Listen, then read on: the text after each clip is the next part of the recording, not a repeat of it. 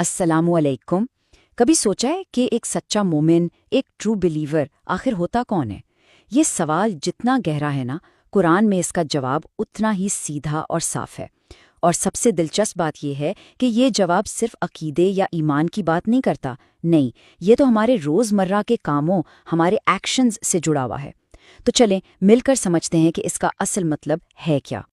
دیکھیں، قرآن میں ایک جگہ یہ جملہ آتا ہے، سچے ایمان والے یہی لوگ ہیں۔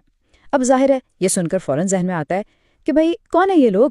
اللہ کی نظر میں آخر وہ کون ہے جنہیں یہ ٹائٹل دیا جا رہا ہے؟ تو آئیے ذرا اس اعلان کے پیچھے جو گہرائی ہے نا، اس میں اتر کر دیکھتے ہیں۔ تو اب ہم سیدھا قرآن کی طرف چلتے ہیں، جہاں ہمیں اس سوال کا جواب ملتا ہے۔ اور دیکھیں، یہ کوئی کمپلیکیٹڈ فلسفی نہیں ہے، بلکہ سچے ایمان کی ایک ایسی ڈیفینیشن ہے جو حیران کن حد تک پریکٹیکل ہے، یعنی عمل پر مبنی ہے۔ آیت کہتی ہے، جو نماز کی پابندی کرتے ہیں اور ہم نے ان کو جو کچھ دیا ہے اس میں سے خرچ کرتے ہیں، یہی لوگ سچے ایمان والے ہیں۔ اب یہاں جو سب سے زبردست بات ہے نا، وہ یہ ہے کہ ایمان کو دو بالکل کلیئر نظر آنے والے ایکشن سے جوڑ دیا گیا ہے۔ یعنی یہ صرف دل میں چھپے یقین کی بات نہیں رہی، بلکہ یہ ایک ایسا یقین ہے جس کا ثبوت، جس کا پروف ہمارے عمل سے نظر آتا ہے۔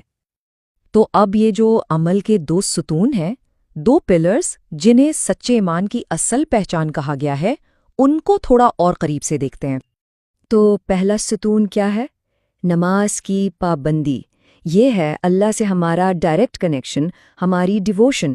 اور دوسرا ستون، اللہ نے جو دیا ہے اس میں سے خرچ کرنا، یعنی جنروسٹی۔ یہ ہے اللہ کی مخلوق سے ہمارا تعلق، ہماری ہمدردی۔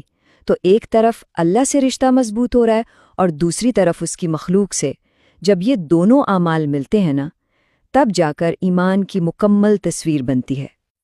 اچھا، اب ان دونوں میں سے ایک عمل ایسا ہے جس کی اہمیت، جس کا اثر صرف اس دنیا تک محدود نہیں ہے، نہیں، اس کا اثر تو آخرت تک، یعنی بیونڈ دس لائف پہنچتا ہے، اور وہ عمل ہے اللہ کی راہ میں خرچ کرنا، یعنی صدقہ۔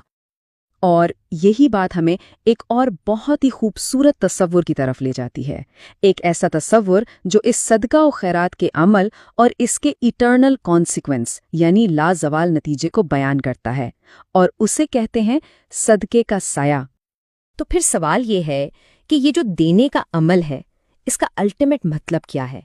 آخر اس کا اجر، اس کا ریوارڈ کس شکل میں ملے گا؟ اس کا جواب ہمیں حدیث میں ملتا ہے۔ سوچیں ذرا، قیامت کا دن ہے، ہر طرف شدید پریشانی ہے، سورج بالکل قریب ہے،